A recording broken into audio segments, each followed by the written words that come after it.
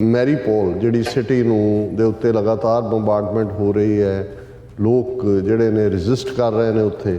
ਉਹਨਾਂ ਦੇ ਮੈਰੀਪੋਲ ਦੇ ਮੇਅਰ ਨੇ ਕਿਹਾ ਵੀ ਹੁਣ ਤੱਕ 21,000 ਸਿਵਿਲੀਅਨ ਮਾਰੇ ਜਾ ਚੁੱਕੇ ਨੇ। ਰਸ਼ੀਅਨ ਫੌਜ ਜਿਹੜੀ ਹੈ ਉਹ ਡੈਡ ਬੋਡੀਜ਼ ਨੂੰ ਗਾਇਬ ਕਰ ਰਹੀ ਹੈ ਔਰ ਸਾਨੂੰ ਐਗਜ਼ੈਕਟ ਨਹੀਂ ਪਤਾ। ਉਹਨਾਂ ਨੇ ਕਿਹਾ ਵੀ ਉਹ ਲੜਾਈ ਗਲੀਆਂ 'ਚ ਚੱਲ ਰਹੀ ਹੈ ਔਰ ਈਵਨ ਡੈਡ ਬੋਡੀਜ਼ ਉਹਨਾਂ ਨੇ ਗਿਣਨੀਆਂ ਬੰਦ ਕਰ ਦਿੱਤੀਆਂ। ਜਿੰਨੀ ਯੂਕਰੇਨ ਦੀ ਆਬਾਦੀ ਹੈ ਉਹਦੇ 'ਚ 75 ਲੱਖ ਬੱਚੇ ਨੇ ਤੇ 75 ਲੱਖ ਚੋਂ 48 ਲੱਖ ਬੱਚੇ ਬੇਘਰੇ ਹੋ ਗਏ ਨੇ। ਅਮਰੀਕਾ ਦੇ ਸੈਕਟਰੀ ਆਫ ਸਟੇਟ ਬਲਿੰਕਨ ਨੇ ਕਿਹਾ ਕਿ ਸਾਡੇ ਕੋਲ ਕ੍ਰੈਡੀਬਲ ਇਨਫੋਰਮੇਸ਼ਨ ਹੈ ਕਿ ਰਸ਼ੀਅਨ ਆਰਮੀ ਉੱਥੇ ਕੈਮੀਕਲ ਵੈਪਨ ਯੂਜ਼ ਕਰਨ ਜਾ ਰਹੀ ਹੈ। ਜਿਹੜੀ organisation for prohibition of chemical weapons ਹੈ ਉਹਨਾਂ ਨੇ ਵੀ ਇਹ ਕਿਹਾ ਕਿ ਸਾਡੇ ਕੋਲ ਅਨਕਨਫਰਮਡ ਰਿਪੋਰਟਸ ਨੇ ਕਿ ਕੈਮੀਕਲ ਵੈਪਨ ਯੂਜ਼ ਹੋ ਰਹੇ ਨੇ। ਐਗਜ਼ੈਕਟ ਲਫ਼ਜ਼ ਬਾਈਡਨ ਦੇ ਨੇ, your family budget, your ability to fill up your tank, none of it should hinge on whether a dictator declares war and commits genocide a half a world away। जिस किस्म ਦੇ ਸਖਤ structure ਜਾਂ language ਜਾਂ ਐਕੁਜ਼ੇਸ਼ਨ America ਵੱਲੋਂ ਤੇ ਫਿਰ NATO ਵੱਲੋਂ ਇਸਤੇਮਾਲ ਹੋ ਰਹੀਆਂ ਨੇ, ਉਸ ਤੋਂ ਲੱਗਦਾ ਹੈ ਕਿ ਵੀ ਇਹ ਪੁਆਇੰਟ ਆਫ ਨੋ ਮੀਟ ਹੈ। Putin vows Russia will press Ukrainian invasion till goals met. ਉਹ ਕਹਿੰਦਾ ਵੀ ਮੇਰਾ ਯੂਕਰੇਨ ਮਿਸ਼ਨ ਨੋਬਲ ਹੈ, ਬਹੁਤ ਭਲਾ ਮਿਸ਼ਨ ਹੈ ਔਰ ਮੈਂ ਜਦੋਂ ਤੱਕ ਇਹ ਸਾਡਾ ਜਿਹੜੇ ਹਮਲੇ ਦੇ ਗੋਲ ਨੇ ਉਹ ਪੂਰੇ ਨਹੀਂ ਹੁੰਦੇ, we will continue our attack.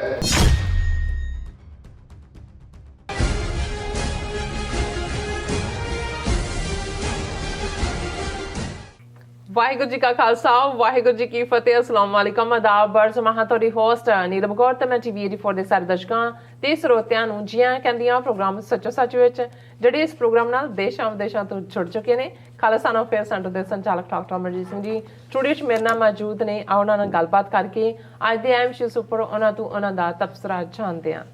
ਜੀ ਡਾਕਟਰ ਸਾਹਿਬ, ਵਾਹਿਗੁਰੂ ਜੀ ਕਾ ਖਾਲਸਾ ਵਾਹਿਗੁਰੂ ਜੀ ਕੀ ਫਤਿਹ। ਹਾਂਜੀ ਨੀਲਮ ਕੌਰ ਜੀ, ਤੁਹਾਨੂੰ ਵੀ ਤੇ ਦੁਨੀਆ ਭਰ 'ਚ ਬੈਠੇ ਸਾਡੇ ਬਹੁਤ ਹੀ ਪਿਆਰੇ ਸੋਹਣੇ ਸਿਆਣੇ TV 84 ਦੇ ਵਿਊਅਰਸ ਨੂੰ ਵੀ ਵਾਹਿਗੁਰੂ ਜੀ ਕਾ ਖਾਲਸਾ ਵਾਹਿਗੁਰੂ ਜੀ ਕੀ ਫਤਿਹ ਤੇ ਸਾਡੇ ਬਹੁਤ ਹੀ ਪਿਆਰੇ ਮੁਸਲਮਾਨ ਭੈਣਾਂ ਭਰਾਵਾਂ ਨੂੰ ਅਸਲਾਮ ਅਲੈਕੁਮ। ਜੀ ਡਾਕਟਰ ਸਾਹਿਬ, ਜੀ ਆਇਆਂ ਨੂੰ ਪ੍ਰੋਗਰਾਮ ਸੱਚੋ ਸੱਚ ਵਿੱਚ। ਬਹੁਤ ਮਿਹਰਬਾਨੀ ਜੀ ਡਾਕਟਰ ਸਾਹਿਬ, ਅੱਜ 12 ਅਪ੍ਰੈਲ 2022 30 ਚੇਤ ਨਾਨਕਸ਼ਾਹੀ ਸੰਮਤ 554 ਦਾ ਦਿਨ ਹੈ। ਡਾਕਟਰ ਸਾਹਿਬ, ਪ੍ਰੋਗਰਾਮ ਸ਼ੁਰੂ ਕਰਨ ਤੋਂ ਪਹਿਲਾਂ ਅਸੀਂ ਆਪਣੇ ਦਰਸ਼ਕਾਂ ਤੇ ਸਰੋਤਿਆਂ ਨੂੰ ਹਮੇਸ਼ਾ ਤਰ੍ਹਾਂ ਦੱਸਦੇ ਵਿਊਅਰਸ, ਜੇ ਤੁਸੀਂ ਹੱਕ ਸੱਚ ਇਨਸਾਫ ਤੇ ਪੈਰਾ ਦਿੰਦਾ ਇੱਕੋ ਇੱਕ ਚੈਨਲ TV 84 ਨੂੰ ਦੇਖਣਾ ਚਾਹੁੰਦੇ ਹੋ ਤਾਂ ਤੁਸੀਂ ਦੇਖ ਸਕਦੇ ਹੋ ਸਪੈਕਟਰਮ ਕੇਬਲ, ਆਰਸੀਐਨ ਕੇਬਲ, ਬੈਲਫੈਲਕਨ ਕੈਨੇਡਾ, roku, ਜਾਦੂ ਬਾਕਸ, ਸ਼ਾਵਾ, ਫੇਸਬੁੱਕ, TV 84 ਦੀ ਐਪ ਰਾਹੀਂ online streaming and IP box ਤੇ ਤੁਸੀਂ TV 84 ਨੂੰ ਦੇਖ ਸਕਦੇ ਹੋ। ਵਿਊਅਰਸ, ਜੇ ਤੁਸੀਂ TV 84 ਨਾਲ ਜਾਂ ਪ੍ਰੋਗਰਾਮ ਸੱਚੋ ਸੱਚ ਨਾਲ ਫੇਸਬੁੱਕ ਰਾਹੀਂ ਜੁੜੇ ਹੋ ਤਾਂ ਇਸ ਨੂੰ ਵੱਧ ਤੋਂ ਵੱਧ ਲਾਈਕ ਕਰੋ ਤੇ ਸ਼ੇਅਰ ਕਰੋ ਅਤੇ ਨਾਲ ਹੀ YouTube ਤੇ ਸਬਸਕ੍ਰਾਈਬ ਵੀ ਕਰੋ। ਇਹ ਵੀ ਦੱਸ ਦਿਓ ਕਿ ਤੁਸੀਂ TV 84 ਦੀ ਐਪ ਨੂੰ ਐਂਡਰੋਇਡ ਐਂਡ ਐਪ ਸਟੋਰ ਤੇ ਡਾਊਨਲੋਡ ਕਰਕੇ ਜੋ TV 84 ਦੀ ਲਾਈਵ ਸਟ੍ਰੀਮ ਹੈ ਇਸ ਨੂੰ ਤੁਸੀਂ 24 ਆਵਰਸ ਦੇਖ ਸਕਦੇ ਹੋ। ਵਿਊਅਰਸ, ਪ੍ਰੋਗਰਾਮ ਦੀ ਸ਼ੁਰੂਆਤ ਕਰਨ ਜਾ ਰਹੇ ਹਾਂ ਦੀ ਸਪਾਂਸਰਸ਼ਿਪ ਤੋਂ ਕਿ ਅੱਜ ਦੇ ਪ੍ਰੋਗਰਾਮ ਸੱਚੋ ਸੱਚ ਨੂੰ ਸਪਾਂਸਰ ਕੀਤਾ ਗਿਆ ਹੈ ਡੈਲਿਸ ਟੈਕਸਸ ਤੋਂ ਸਰਦਾਰ ਗੋਵਿੰਦਰ ਸਿੰਘ ਅਤੇ ਸਰਦਾਰ ਅਮਨਵੀਰ ਸਿੰਘ ਜੀ ਹੋਰਾਂ ਵੱਲੋਂ। ਸੋ ਇਹਨਾਂ ਨੇ ਕਿਸਾਨ ਵੀਰਾਂ ਨੂੰ ਸਵਾਲ ਕੀਤਾ ਹੈ ਕਿ ਅਸੀਂ ਦਿੱਲੀ ਮੋਰਚੇ ਵਿੱਚ ਤਾਂ ਅਡਾਨੀਆਂ ਅੰਬਾਨੀਆਂ ਖਿਲਾਫ ਝੰਡਾ ਚੁੱਕੀ ਰੱਖਿਆ ਹੈ, ਕਾਰਪੋਰੇਟ ਜਗਤ ਖਿਲਾਫ ਅਸੀਂ ਲੜਾਈ ਲੜ ਰਹੇ ਹਾਂ, ਪਰ ਹੁਣ ਖਬਰਾਂ ਆ ਰਹੀਆਂ ਹਨ ਕਿ ਕੁਝ ਕਿਸਾਨ ਵੀਰ ਮੁੜ ਆਪਣੀਆਂ ਫਸਲਾਂ ਉਹਨਾਂ ਅੰਬਾਨੀਆਂ ਕੋਲ ਹੀ ਵੇਚ ਰਹੇ ਹਨ। ਇਹ ਵਰਤਾਰਾ ਠੀਕ ਨਹੀਂ ਹੈ ਔਰ ਸਾਡਾ ਨੁਕਸਾਨ ਕਰੇਗਾ। ਅੰਤ ਨੂੰ ਖਾਲਸਾ ਪੰਥ ਦੀ ਅੱਡਰੀ ਹੋਂਦ ਕਾਇਮ ਰੱਖਣ ਲਈ ਸਾਡੇ ਕੋਲ ਖਾਲਿਸਤਾਨ ਦੀ ਪ੍ਰਾਪਤੀ ਤੋਂ ਬਿਨਾਂ ਕੋਈ ਹੱਲ ਨਹੀਂ ਹੈ। ਸੋ ਇਹਦੀ ਸਪਾਂਸਰਸ਼ਿਪ ਲਈ ਅਸੀਂ ਸਰਦਾਰ ਗੁਰਵਿੰਦਰ ਸਿੰਘ ਅਤੇ ਸਰਦਾਰ ਅਮਨਵੀਰ ਸਿੰਘ ਜੀ ਦਾ ਤਹਿ ਦਿਲ ਤੋਂ ਸ਼ੁਕਰੀਆ ਅਦਾ ਕਰਦੇ ਹਾਂ ਔਰ ਤੁਹਾਨੂੰ ਵੀ ਅਪੀਲ ਤੇ ਬੇਨਤੀ ਕਰਦੇ ਹਾਂ ਕਿ ਤੁਸੀਂ ਪ੍ਰੋਗਰਾਮ ਸੱਚੋ ਸੱਚ ਨੂੰ ਵੱਧ ਤੋਂ ਵੱਧ ਸਪਾਂਸਰ ਕਰੋ। ਸਪਾਂਸਰਸ਼ਿਪ ਲਈ ਤੁਸੀਂ ਸਾਨੂੰ ਕਾਲ ਕਰ ਸਕਦੇ ਹੋ ਸਾਡੇ ਫੋਨ ਨੰਬਰ ਤੇ 5166191984, ਸੇਮ ਨੰਬਰ ਤੇ WhatsApp ਕਰ ਸਕਦੇ ਹੋ। ਤੁਸੀਂ ਸਾਨੂੰ ਈਮੇਲ ਵੀ ਕਰ ਸਕਦੇ ਹੋ info@tv84.tv ਤੇ।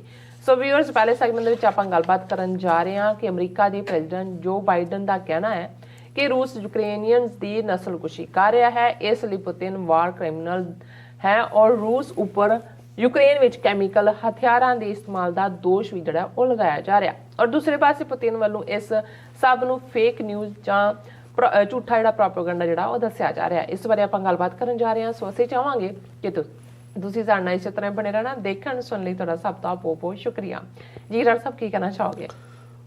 ਦੇਖੋ, ਸਭ ਤੋਂ ਪਹਿਲਾਂ ਤਾਂ ਅਸੀਂ ਅੱਜ ਦੇ ਪ੍ਰੋਗਰਾਮ ਨੂੰ ਸਪਾਂਸਰ ਕਰਨ ਲਈ ਵੀਰ ਗੋਬਿੰਦਰ ਸਿੰਘ ਔਰ ਵੀਰ ਅਮਨਵੀਰ ਸਿੰਘ, ਜਿਹੜੇ ਦੋਵੇਂ ਵੀਰ ਡਾਲਸ 'ਚ ਮੁਕਾਮੀ ਨੇ।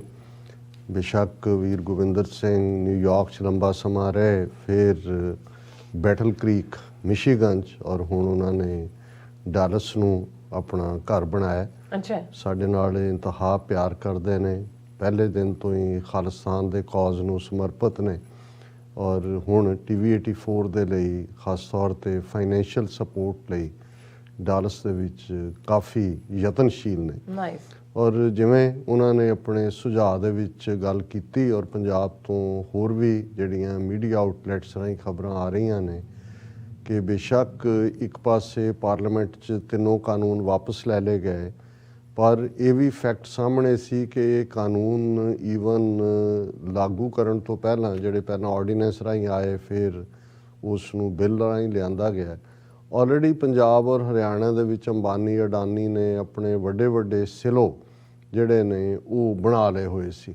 ਔਰ ਹੁਣ ਜਿਨ੍ਹਾਂ ਖਬਰਾਂ ਵੱਲ ਭਾਈ ਸਾਹਿਬ ਨੇ, ਦੋਵਾਂ ਵੀਰਾਂ ਨੇ ਇਸ਼ਾਰਾ ਕੀਤਾ ਕਿ ਇਹ ਖਬਰਾਂ ਨੇ ਕਿ ਆਲਰੇਡੀ ਉਹਨਾਂ ਨੂੰ, ਅੰਬਾਨੀਆਂ ਅਡਾਨੀਆਂ ਨੂੰ ਜਿਹੜਾ ਉਹ ਸਟੱਫ ਵੇਚਿਆ ਜਾ ਰਿਹਾ।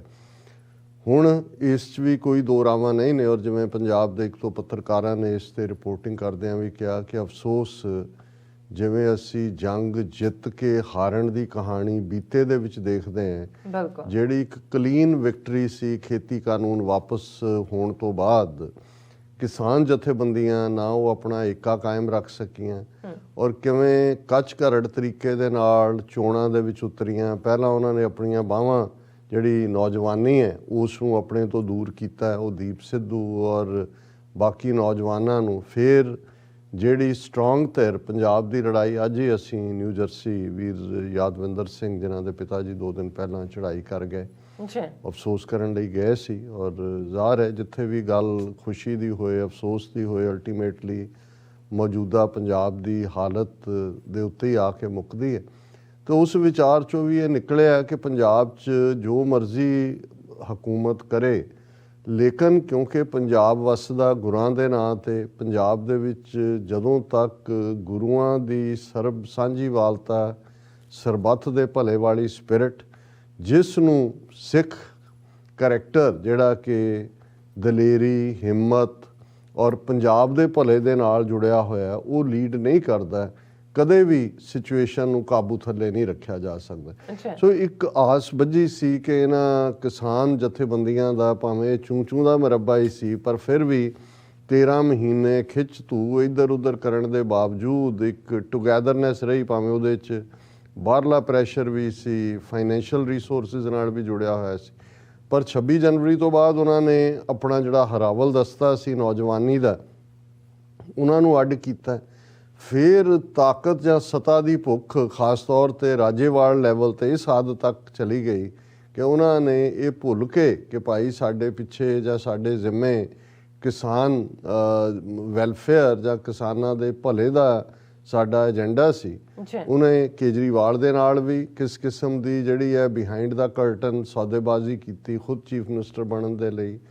ਉਸੇ ਪੀਰੀਅਡ ਦੇ ਵਿੱਚ ਬਾਕੀ ਵੀ ਕਿੰਨੇ ਫਰੰਟ ਖੋਲ੍ਹੇ ਹੋਏ ਸੀ, ਤਾਂ ਨਤੀਜਾ ਅਲਟੀਮੇਟਲੀ 90+ ਜਿਹੜੇ ਉਹਨਾਂ ਦੇ ਕੈਂਡੀਡੇਟ ਸੀ, ਇੱਕ ਲੱਖੇ ਸਿਧਾਣੇ ਨੂੰ ਛੱਡ ਕੇ, ਕਿਉਂਕਿ ਉਹਦਾ ਆਪਣਾ ਕੰਮ ਸੀ ਉਹਦੇ ਆਪਣੇ ਹਲਕੇ 'ਚ, ਬਾਕੀ ਸਭ ਦੀਆਂ ਜ਼ਮਾਨਤਾਂ ਜ਼ਬਤ ਹੋਈਆਂ। ਜਿੱਤਿਆ ਤਾਂ ਲੱਖਾ ਸਿਧਾਣਾ ਵੀ ਨਹੀਂ ਹੈ, ਲੇਕਿਨ ਉਹਨੇ ਆਪਣੀ ਜ਼ਮਾਨਤ ਬਚਾਈ, ਬਾਕੀ ਸਭ ਦੀਆਂ ਜ਼ਮਾਨਤਾਂ ਜ਼ਬਤ ਹੋਈਆਂ। ਹੁਣ ਇਹ ਜਿਹੜਾ ਇਸ ਕਿਸਮ ਦੀ ਹਿਊਮਿਲੇਟਿੰਗ ਡਿਫੀਟ ਸੀ, ਇਸ ਗੱਲ ਦਾ ਧਿਆਨ ਰਹੇ ਜਦੋਂ ਮੋਦੀ ਸਰਕਾਰ ਨੇ ਕਾਨੂੰਨ ਵਾਪਸ ਵੀ ਲਏ, ਸਿਆਣਿਆਂ ਦਾ ਇਹੀ ਕਹਿਣਾ ਸੀ ਕਿ ਇਹ ਉਹ ਸਟ੍ਰੈਟਜੀ ਹੈ ਕਿ ਕਈ ਵਾਰ ਤੁਸੀਂ 4 ਕਦਮ ਅੱਗੇ ਜਾਣ ਦੇ ਲਈ 2 ਕਦਮ ਪਿੱਛੇ ਹਟਦੇ ਹੋ ਕਿ ਇਹ ਦੇ ਵਿਲ ਕਮ ਬੈਕ। ਕਈਆਂ ਨੂੰ ਤਾਂ ਇਹ ਸੀ ਕਿ ਭਾਈ ਇਹ ਕਾਨੂੰਨ ਵਾਪਸ ਆਉਣਗੇ, ਜਿਨ੍ਹਾਂ ਦੀਆਂ ਅਜੇ ਵੀ ਸੰਭਾਵਨਾਵਾਂ ਨੇ, ਲੇਕਿਨ ਜੇ ਬਿਨਾਂ ਕਾਨੂੰਨ ਨਾਫਜ਼ ਕੀਤਿਆਂ ਹੀ ਜੋ ਉਹਨਾਂ ਨੇ ਆਪਣਾ ਏਜੰਡਾ ਸੀ ਉਹਨਾਂ ਦਾ ਕਿ ਭਾਈ ਉਹਨਾਂ ਨੇ ਇਹਨੂੰ ਕਮਰਸ਼ੀਅਲਾਈਜ਼ ਕਰਕੇ ਬਿਲਕੁਲ ਡਿਪੈਂਡੈਂਟ ਕਰ ਦੇਣਾ, ਸਾਰੇ ਅੰਬਾਨੀਆਂ ਅਡਾਨੀਆਂ ਪਤੰਜਲੀਆਂ ਨੂੰ ਫਾਇਦਾ ਪਹੁੰਚਾਉਣਾ, ਤੇ ਉਹ ਕਿਸੇ ਨਾ ਕਿਸੇ ਤਰੀਕੇ ਨਾਲ ਉਹ ਏਜੰਡਾ ਸ਼ੁਰੂ ਹੋ ਗਿਆ। ਔਰ ਬਾਕੀ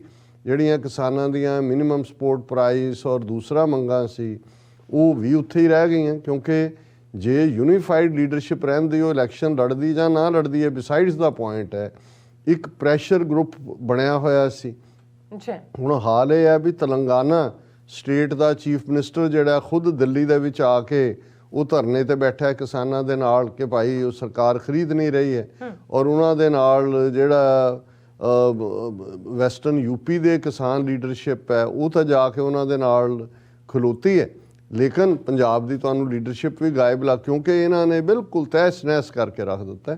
ਸੋ ਅਸੀਂ ਜਿੱਥੇ ਇਹਨਾਂ ਦੋਵਾਂ ਵੀਰਾਂ ਦਾ ਸ਼ੁਕਰੀਆ ਅਦਾ ਕਰਦੇ ਹਾਂ, ਉਹਨਾਂ ਨੇ ਬਿਲਕੁਲ, ਕਿਉਂਕਿ ਫੋਕਸਡ ਨੇ ਇਹ ਉਹ ਵੀਰ ਨੇ ਜਿਨ੍ਹਾਂ ਨੂੰ ਬਿਲਕੁਲ ਸਪਸ਼ਟ ਹੈ ਕਿ ਅਲਟੀਮੇਟਲੀ ਖਾਲਿਸਤਾਨ ਦੀ ਕਾਇਮੀ ਤੋਂ ਬਿਨਾਂ ਸਾਡੇ ਕੋਲ ਕੋਈ ਹੱਲ ਨਹੀਂ ਬਚਦਾ। ਔਰ ਇਹਦੇ 'ਚ ਵੀ ਕੋਈ ਦੋ ਰਾਵਾਂ ਨਹੀਂ, ਜਿਵੇਂ ਅੱਜ ਦੀ ਵਿਚਾਰ 'ਚ ਵੀ ਨਿਊ ਜਰਸੀ ਹੋ ਰਿਹਾ ਸੀ ਕਿ ਭਾਈ ਜਿਹੜੀ ਇਹ ਵਿਜ਼ਡਮ ਵੀ ਉੱਭਰੀ ਪਿਛਲੇ ਪੀਰੀਅਡ ਦੇ ਵਿੱਚ ਕਿ ਬੇਸ਼ੱਕ ਦਾਵਾ ਸਾਡਾ ਪਾਤਸ਼ਾਹੀ ਹੈ ਔਰ ਖਾਲਿਸਤਾਨ ਤੋਂ ਬਿਨਾਂ ਕੋਈ ਗੱਲ ਬਣਨੀ ਨਹੀਂ ਹੈ, ਪਰ ਸਾਨੂੰ ਲੜਾਈ ਦਾ ਕੋਈ ਵੀ ਫਰੰਟ ਖਾਲੀ ਨਹੀਂ ਛੱਡਣਾ ਚਾਹੀਦਾ। ਉਹ ਭਾਵੇਂ ਉਹਨਾਂ ਦੇ ਸਿਸਟਮ 'ਚ ਰਹਿੰਦਿਆਂ ਹੀ ਸਾਨੂੰ ਜਾਂ ਜਿਹੜੀਆਂ ਧਿਰਾਂ ਸਾਡੀਆਂ ਵਿਚਰਦੀਆਂ ਨੇ ਉਹਨਾਂ ਨੂੰ ਅਸੀਂ ਹਮਾਇਤ ਥਰੋ ਕਰੀਏ। ਸੋ ਇਹ ਵੱਡੇ ਸੀਰੀਅਸ ਚੈਲੰਜ ਨੇ।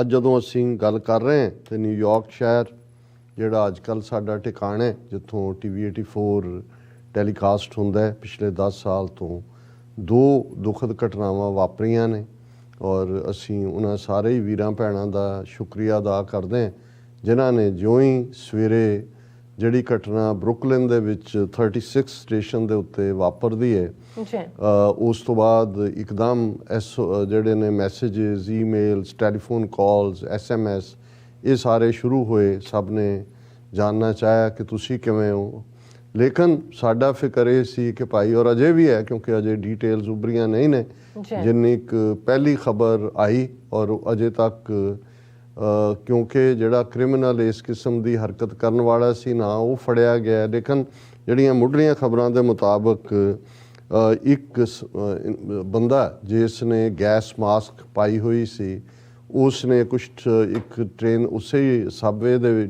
ਡੱਬੇ ਦੇ ਵਿੱਚ ਧੂਆਂ ਕ੍ਰੀਏਟ ਕੀਤਾ ਔਰ ਫਿਰ ਉਸ ਨੇ 16 ਵਿਅਕਤੀਆਂ ਨੂੰ ਜਿਹੜਾ ਉਹ ਸ਼ੂਟ ਕੀਤਾ।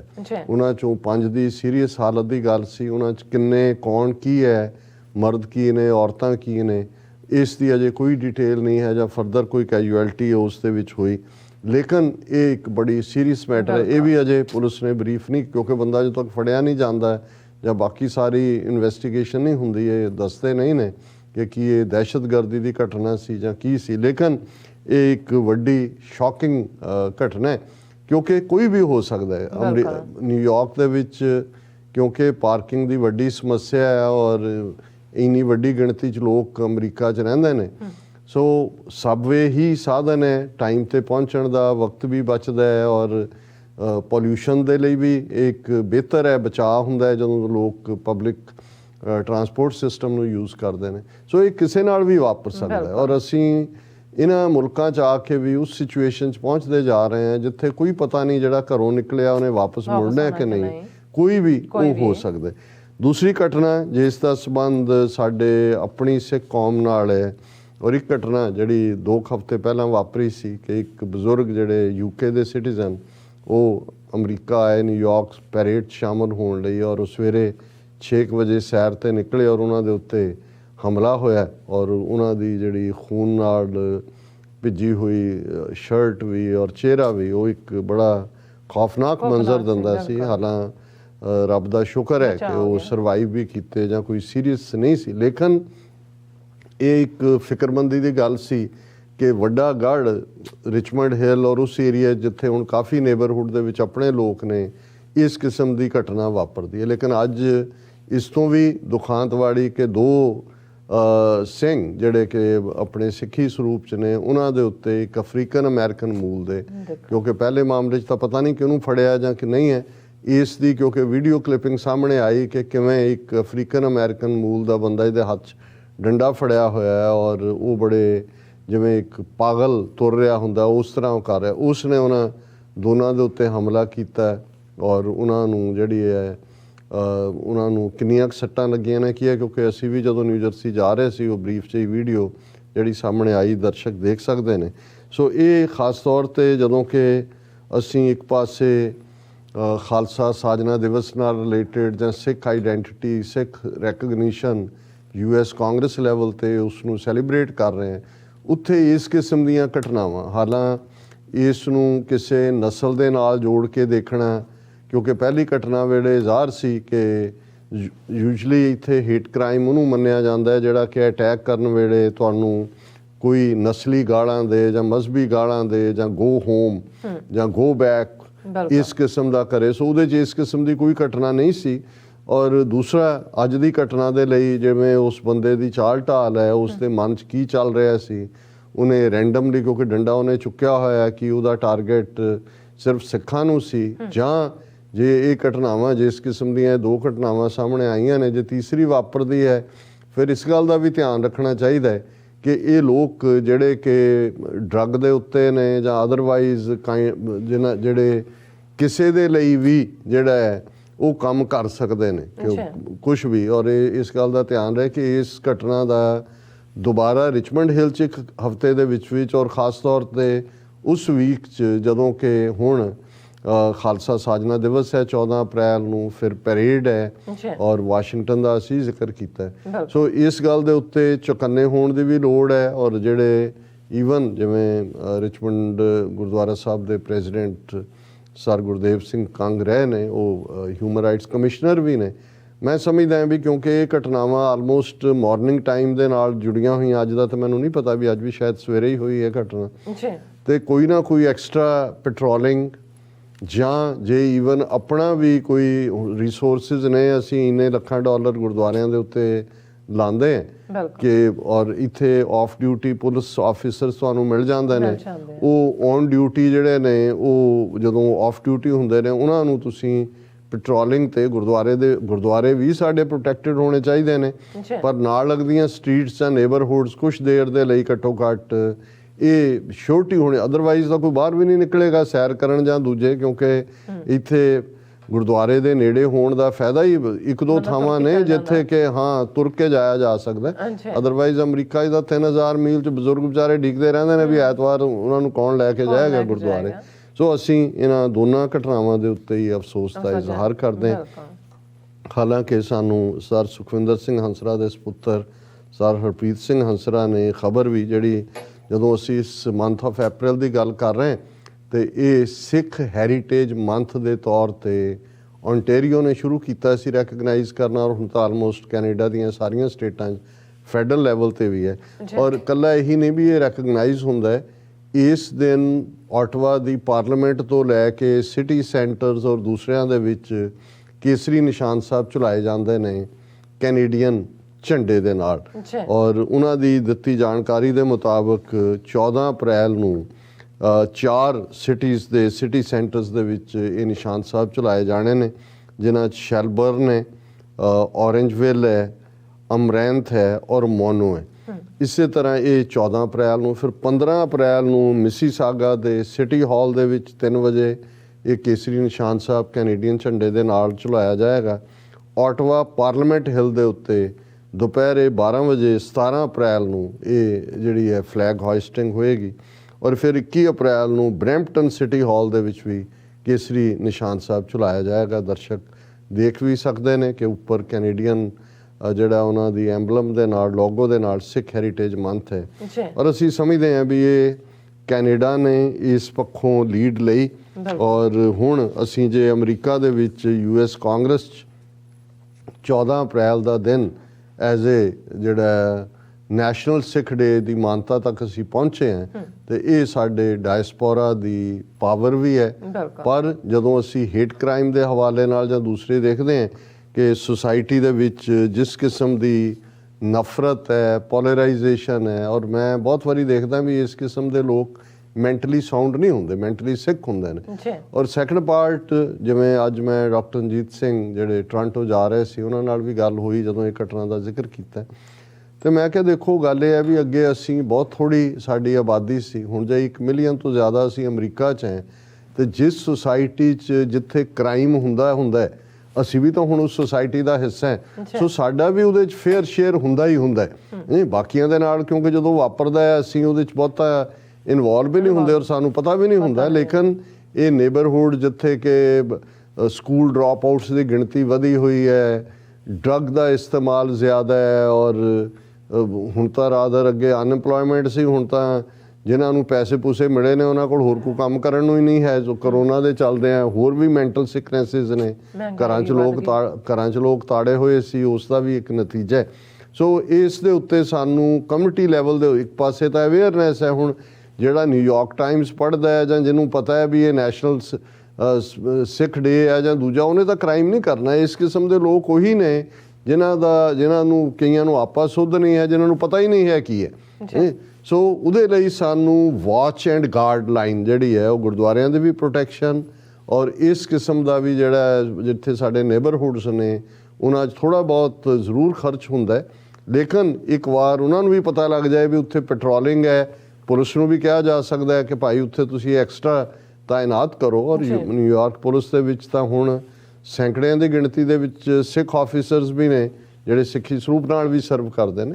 ਲੇਕਿਨ ਇਹ ਦੁਖਦ ਘਟਨਾਵਾਂ ਔਰ ਜਿਹੜੇ ਉਹਨਾਂ ਦੇ ਵਿਕਟਮ ਨੇ ਉਹਨਾਂ ਦੇ ਨਾਲ ਵੀ ਅਸੀਂ ਅਫਸੋਸ ਦਾ ਇਜ਼ਹਾਰ ਕਰਦੇ ਹਾਂ। ਯੂਕਰੇਨ, ਕੱਲ੍ਹ ਵੀ ਅਸੀਂ ਜ਼ਿਕਰ ਕੀਤਾ ਸੀ, ਐਵਰੀਡੇ ਸਿਚੁਏਸ਼ਨ ਉੱਥੇ ਇਵੇਂ ਦੀ ਹੈ ਕਿ ਜੋ ਖਬਰਾਂ ਦੋਨੋਂ ਹੀ ਕੈਂਪਾਂ 'ਚੋਂ ਨਿਕਲਦੀਆਂ ਨੇ, ਇੱਕ ਤਾਂ ਜ਼ਾਹਰ ਹੈ ਯੂਰਪੀਅਨ ਯੂਨੀਅਨ ਜਾਂ ਨੈਟੋ ਜਾਂ BBC ਤੋਂ ਲੈ ਕੇ CNN ਔਰ ਸਾਰੇ ਚੈਨਲ ਨੇ, ਹੁਣ ਰਸ਼ੀਅਨ ਮੀਡੀਆ ਕੀ ਕਹਿੰਦਾ ਉਹਦੇ ਤੱਕ ਤਾਂ ਕਿਸੇ ਦੀ ਵੀ ਪਹੁੰਚ ਨਹੀਂ ਹੈ। ਉਹਨਾਂ ਨੇ ਜਿਹੜੇ ਬਾਹਰਲੇ ਸੀ YouTube ਦੂਜੇ ਤੀਜੇ, ਉਹਨਾਂ ਨੇ ਆਪਣੀ ਪਾਬੰਦੀਆਂ ਤਾਂ ਲਾਈਆਂ ਉੱਥੇ ਤੇ ਉਹਨਾਂ ਨੇ ਅੱਗੋਂ ਲਾ ਦਿੱਤੀਆਂ। ਲੇਕਿਨ ਜਿਹੜੀਆਂ ਖਬਰਾਂ ਉੱਥੋਂ ਆ ਰਹੀਆਂ ਨੇ, ਮੈਰੀਪੋਲ ਜਿਹੜੀ ਸਿਟੀ ਨੂੰ ਦੇ ਉੱਤੇ ਲਗਾਤਾਰ ਬੰਬਾਰਡਮੈਂਟ ਹੋ ਰਹੀ ਹੈ, ਲੋਕ ਜਿਹੜੇ ਨੇ ਰਜਿਸਟ ਕਰ ਰਹੇ ਨੇ ਉੱਥੇ, ਉਹਨਾਂ ਦੇ ਮੈਰੀਪੋਲ ਦੇ ਮੇਅਰ ਨੇ ਕਿਹਾ ਵੀ ਹੁਣ ਤੱਕ 21,000 ਸਿਵਿਲੀਅਨ ਮਾਰੇ ਜਾ ਚੁੱਕੇ ਨੇ।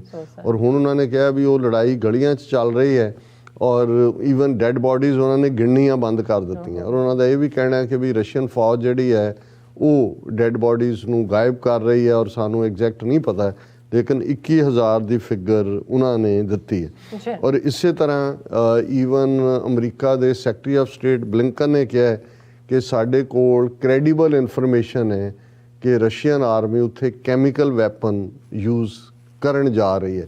ਹਾਲਾਂਕਿ ਬੋਰਿਸ ਜੌਨਸਨ ਔਰ ਉਹਨਾਂ ਨੇ ਆਲਰੇਡੀ ਇਹ ਕਿਹਾ ਕਿ ਭਾਈ ਉੱਥੇ ਯੂਜ਼ ਕੀਤੇ ਨੇ, ਪਰ ਕਿਉਂਕਿ ਇਹ ਇੱਕ ਕਨਫਰਮੇਸ਼ਨ ਨਹੀਂ ਹੈ ਔਰ ਸੈਕਟਰੀ ਬਲਿੰਕਨ ਨੇ ਕਿਹਾ ਕਿ ਵੀ ਅਸੀਂ ਇਹ ਇਨਫੋਰਮੇਸ਼ਨ ਯੂਕਰੇਨ ਦੇ ਨਾਲ ਸ਼ੇਅਰ ਕੀਤੀ ਹੈ ਕਿ ਉੱਥੇ ਇਹ ਕੈਮੀਕਲ ਵੈਪਨਸ ਦਾ ਯੂਜ਼ ਜਿਹੜਾ ਹੋ ਸਕਦਾ ਹੈ। ਔਰ ਜਿਹੜੀ organisation for prohibition of chemical weapons ਹੈ, ਉਹਨਾਂ ਨੇ ਵੀ ਇਹ ਕਿਹਾ ਕਿ ਸਾਡੇ ਕੋਲ ਅਨਕਨਫਰਮਡ ਰਿਪੋਰਟਸ ਨੇ ਕਿ ਕੈਮੀਕਲ ਵੈਪਨ ਯੂਜ਼ ਹੋ ਰਹੇ ਨੇ, ਅਸੀਂ ਇਸ ਦੇ ਉੱਤੇ ਅੱਖ ਵੀ ਰੱਖ ਰਹੇ। ਔਰ ਇਹ ਜਿਹੜਾ ਇਹਦੇ 'ਤੇ ਉਹਨਾਂ ਨੇ ਯੂਕਰੇਨੀਅਨ ਐਜ਼ੋਵ ਰੈਜੀਮੈਂਟ ਦਾ ਇਹ ਕਹਿਣਾ ਹੈ ਕਿ 3 ਉਹਨਾਂ ਦੇ ਫੌਜੀ ਜ਼ਖਮੀ ਹੋਏ ਨੇ ਬਾਈ ਇਹ ਪੋਇਜ਼ਨਸ ਸਬਸਟੈਂਸ। ਔਰ ਜਿਹੜਾ ਉਹਨਾਂ ਨੇ ਕਿਹਾ ਕਿ ਵੀ ਇਹ ਕੈਮੀਕਲ ਵੈਪਨ ਹੋ ਸਕਦਾ, ਕਿਉਂਕਿ ਐਕੂਜ਼ੇਸ਼ਨ ਕਾਊਂਟਰ ਐਕੂਜ਼ੇਸ਼ਨਸ ਵੀ ਨੇ, ਸੋ ਇਸ ਲਈ ਅਸੀਂ ਇਸ ਨੂੰ ਨਾ ਕਨਫਰਮ ਕਰਦੇ ਹਾਂ ਨਾ ਡਿਨਾਈ ਕਰਦੇ ਹਾਂ। ਪਰ ਇਹ ਗੱਲ ਉਸ ਲੈਵਲ ਤੱਕ ਆਲਰੇਡੀ ਬਾਈਡਨ ਨੇ ਜਿੱਥੇ ਪੁਤਿਨ ਨੂੰ ਵਾਰ ਕ੍ਰਿਮੀਨਲ ਕਿਹਾ ਸੀ, ਇਹ ਵੀ ਸੀ ਕਿ ਇੰਟਰਨੈਸ਼ਨਲ ਕ੍ਰਿਮੀਨਲ ਕੋਰਟ ਜਾਂ ਦੂਜੇ 'ਚ ਉਹਦੇ ਖਿਲਾਫ ਫਰਦਰ ਜਿਹੜਾ ਉਹ ਮੁਕੱਦਮਾ ਹੋਏਗਾ। ਪਰ ਅੱਜ ਆਇਓਵਾ ਦੇ ਵਿੱਚ ਜਿੱਥੇ ਪ੍ਰੈਜ਼ੀਡੈਂਟ ਬਾਈਡਨ ਇੱਕ ਜਿਹੜੀ ਹੈ ਡੋਮੈਸਟਿਕ ਐਨਰਜੀ ਨਾਲ ਸੰਬੰਧਿਤ ਇੱਕ ਫੰਕਸ਼ਨ ਨੂੰ ਐਡਰੈਸ ਕਰ ਰਹੇ ਸੀ, ਉਹਦੇ 'ਚ ਉਹਨਾਂ ਨੇ ਖੁੱਲ੍ਹੇਆਮ ਇਹ ਕਿਹਾ ਕਿ ਜਿਹੜਾ ਪੁਤਿਨ ਹੈ ਉਹ ਜੈਨੋਸਾਈਡ ਕਮਿਟ ਕਰ ਰਿਹਾ। ਹੁਣ ਜਦੋਂ ਇੱਕ ਪਾਸੇ ਜਦੋਂ ਵਾਰ ਕ੍ਰਾਈਮ ਔਰ ਜੈਨੋਸਾਈਡ ਦੀਆਂ ਬੇਸ਼ੱਕ ਡੈਫੀਨੇਸ਼ਨਸ ਥੋੜ੍ਹੀਆਂ ਹੀ ਡਿਫਰ ਕਰਦੀਆਂ, ਪਰ ਜਿਹੜਾ ਵਾਰ ਕ੍ਰਿਮੀਨਲ ਹੈ ਔਰ ਉਹਦੇ ਨਾਲ ਫਿਰ ਜੈਨੋਸਾਈਡ ਦਾ ਟੈਗ ਵੀ ਲੱਗ ਜਾਂਦਾ ਹੈ।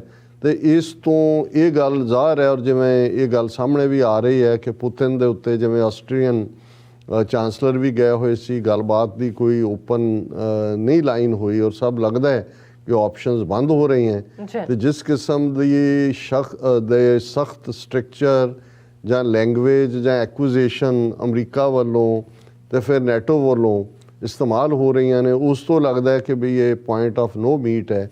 ਔਰ ਹੁਣ ਆਲਮੋਸਟ 1.5 ਮਹੀਨੇ ਤੋਂ ਜ਼ਿਆਦਾ ਇਸ ਨੂੰ ਹੋ ਗਿਆ। ਔਰ ਇਹ ਜਿਹੜਾ ਇਹਦੇ 'ਚ ਐਗਜ਼ੈਕਟ ਲਫ਼ਜ਼ ਬਾਈਡਨ ਦੇ ਨੇ, your family budget, your ability to fill up your tank.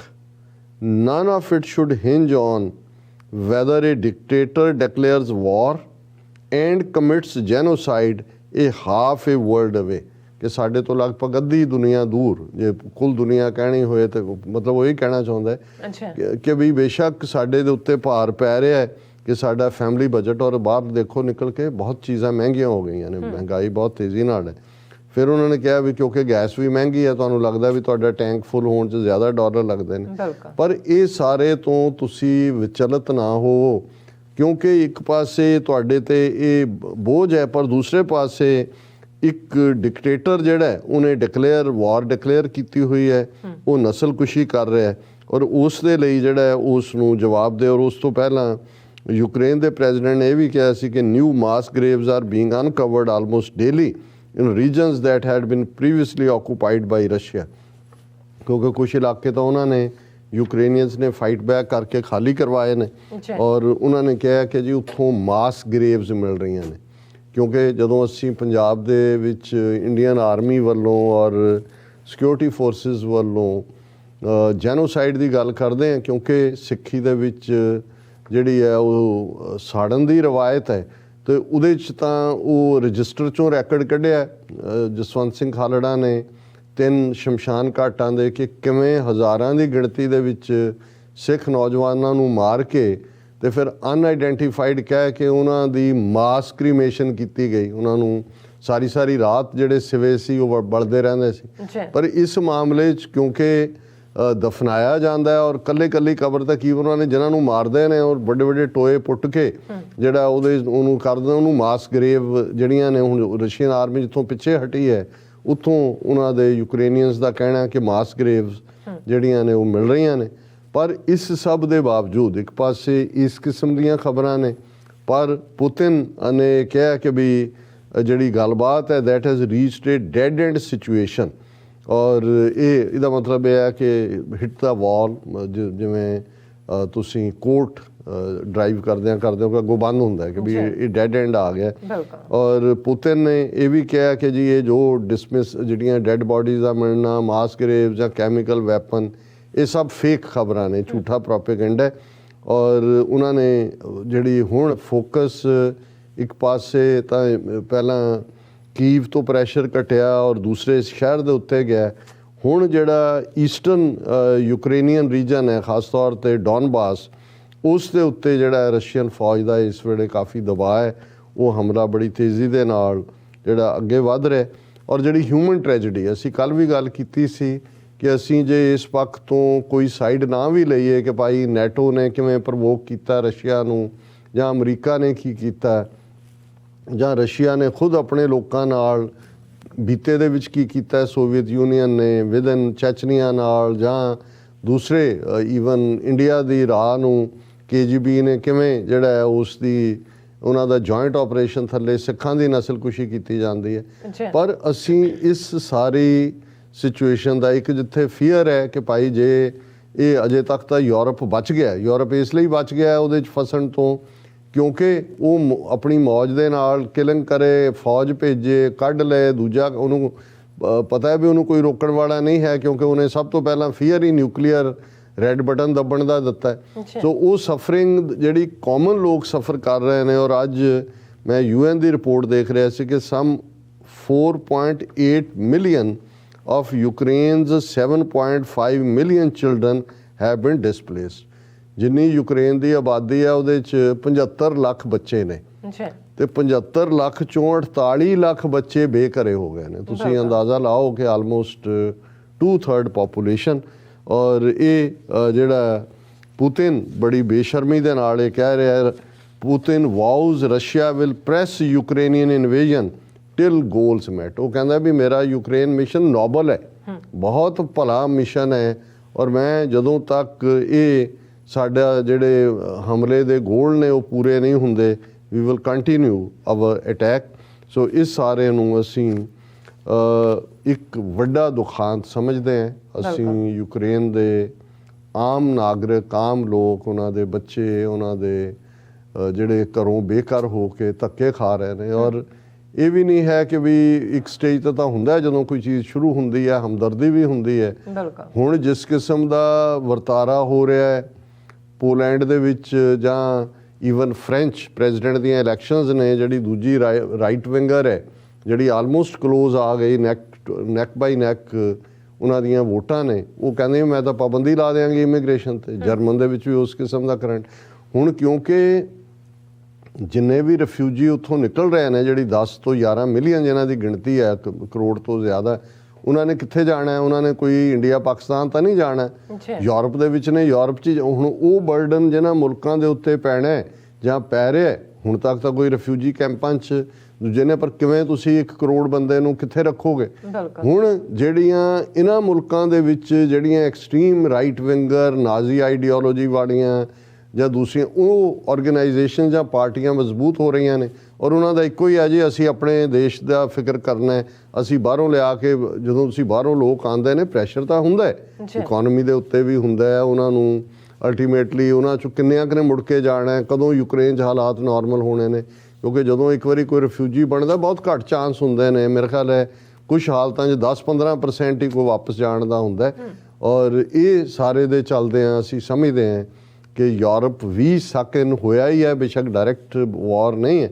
ਸੋ ਅਸੀਂ ਸਿਰਫ ਤੇ ਸਿਰਫ ਅਰਦਾਸ ਕਰ ਸਕਦੇ, ਹੋਰ ਤਾਂ ਸਾਡੇ ਕੋਲ ਕੋਈ ਸਾਧਨ ਨਹੀਂ ਨੇ ਕਿ ਅਸੀਂ ਇਹਨਾਂ ਦੁਖੀ ਲੋਕਾਂ ਦੇ ਦੁੱਖ ਦੇ ਵਿੱਚ ਕੋਈ ਮਦਦ ਕਰ ਸਕੀਏ। ਹਾਂ, ਹਿਊਮੈਨੀਟੇਰੀਅਨ ਏਡ ਦੀ ਜਿਵੇਂ ਯੂਨਾਈਟਿਡ ਸਿੱਖਸ ਵੱਲੋਂ ਉੱਥੇ ਕੰਮ ਕੀਤਾ ਜਾ ਰਿਹਾ, ਅਸੀਂ ਅਪੀਲ ਪਹਿਲੇ ਦਿਨ ਤੋਂ ਹੀ ਕਰਦੇ ਰਹੇ ਕਿ ਵੱਧ ਤੋਂ ਵੱਧ ਮਦਦ ਕਰਨੀ। ਇਹ ਸਰਬੱਤ ਦਾ ਭਲਾ ਮੰਗਣ ਵਾਲੀ ਸਿੱਖ ਕੌਮ ਇਹ ਉਸ ਦੇ ਹਿੱਸੇ ਆਇਆ ਔਰ ਉਹਨਾਂ ਦੀ ਮਦਦ ਕਰਨੀ। ਜੀ ਰਾਜ ਸਾਹਿਬ, ਤੁਹਾਡਾ ਬਹੁਤ ਬਹੁਤ ਸ਼ੁਕਰੀਆ। ਤੁਸੀਂ ਆਪਣੇ ਵਿਚਾਰ ਸਾਡੇ ਦਰਸ਼ਕਾਂ ਨਾਲ ਸਾਂਝੇ ਕੀਤੇ ਨੇ। ਸੋ ਇੱਥੇ ਲੈਣੇ ਬ੍ਰੇਕ, ਔਰ ਬ੍ਰੇਕ ਤੇ ਜਾਣ ਤੋਂ ਪਹਿਲਾਂ ਅਸੀਂ ਆਪਣੇ ਦਰਸ਼ਕਾਂ ਤੇ ਸਰੋਤਿਆਂ ਨੂੰ ਹਮੇਸ਼ਾ ਤਰ੍ਹਾਂ ਅਪੀਲ ਤੇ ਬੇਨਤੀ ਕਰਦੇ ਵਿਊਅਰਸ ਆ, ਜਿਸ ਤਰ੍ਹਾਂ ਕਿ ਤੁਸੀਂ ਜਾਣਦੇ ਹੋ ਕਿ ਟੀਵੀ 84 ਹੱਕ ਸੱਚ ਇਨਸਾਫ ਦੀ ਜਿਹੜੀ ਆਵਾਜ਼ ਹੈ ਉਹ ਬੁਲੰਦ ਕਰ ਰਿਹਾ ਹੈ। ਇਹ ਆਵਾਜ਼ ਤੁਹਾਡੇ ਪਿਆਰ ਸਦਕਾ, ਤੁਹਾਡੇ ਵਿਸ਼ਵਾਸ ਸਦਕਾ, ਤੁਹਾਡੇ ਡੋਨੇਸ਼ਨ ਸਦਕਾ ਹੀ ਹੋ ਰਹੀ ਹੈ। ਸੋ ਅਸੀਂ ਚਾਹਾਂਗੇ ਕਿ ਤੁਸੀਂ ਟੀਵੀ 84 ਦੀ ਚੜ੍ਹਦੀ ਕਲਾ ਲਈ ਵੱਧ ਤੋਂ ਵੱਧ ਡੋਨੇਟ ਕਰੋ। ਡੋਨੇਟ ਕਰਨ ਲਈ ਸਾਡੀ ਵੈਬਸਾਈਟ tv84.tv ਤੇ ਜਾ ਕੇ ਪੇਪਲ ਦੀ ਵਰਤੋਂ ਕਰਕੇ ਵਨ ਟਾਈਮ ਡੋਨੇਟ ਕਰ ਸਕਦੇ ਹੋ, ਮੰਥਲੀ ਡੋਨੇਟ ਵੀ ਕਰ ਸਕਦੇ ਹੋ। ਤੁਸੀਂ ਟੀਵੀ 84 ਦੇ ਨਾਮ ਤੇ ਚੈੱਕ ਬਣਾ ਕੇ ਸਾਨੂੰ ਮੇਲ ਵੀ ਕਰ ਸਕਦੇ ਹੋ ਸਾਡੇ ਇਸ ਪਤੇ ਤੇ 36-0137 ਲੌਂਗ ਆਈਲੈਂਡ ਸਿਟੀ, ਨਿਊਯਾਰਕ 11101 USA, ਜਾਂ ਫਿਰ ਤੁਸੀਂ ਸਾਨੂੰ ਫੋਨ ਰਾਹੀਂ ਵੀ ਸੰਪਰਕ ਕਰ ਸਕਦੇ ਸਾਡੇ ਫੋਨ ਨੰਬਰ ਤੇ 516661911984। ਤੁਸੀਂ ਸਾਨੂੰ ਈਮੇਲ ਵੀ ਕਰ ਸਕਦੇ ਹੋ info@tv84.tv ਤੇ। ਅਸੀਂ ਤੁਹਾਡੇ ਤਹਿ ਦਿਲ ਤੋਂ ਸ਼ੁਕਰਗੁਜ਼ਾਰ ਹੋਵਾਂਗੇ। ਸੋ ਇੱਥੇ ਲੈਣੇ ਬ੍ਰੇਕ ਵਿਊਅਰਸ, ਤੁਸੀਂ ਸਾਨੂੰ ਇਸੇ ਤਰ੍ਹਾਂ ਹੀ ਬਣੇ ਰਹਿਣਾ। ਮਿਲਦੇ ਹਾਂ ਛੋਟੇ ਜਿਹੇ ਵਕਫੇ ਤੋਂ ਬਾਅਦ।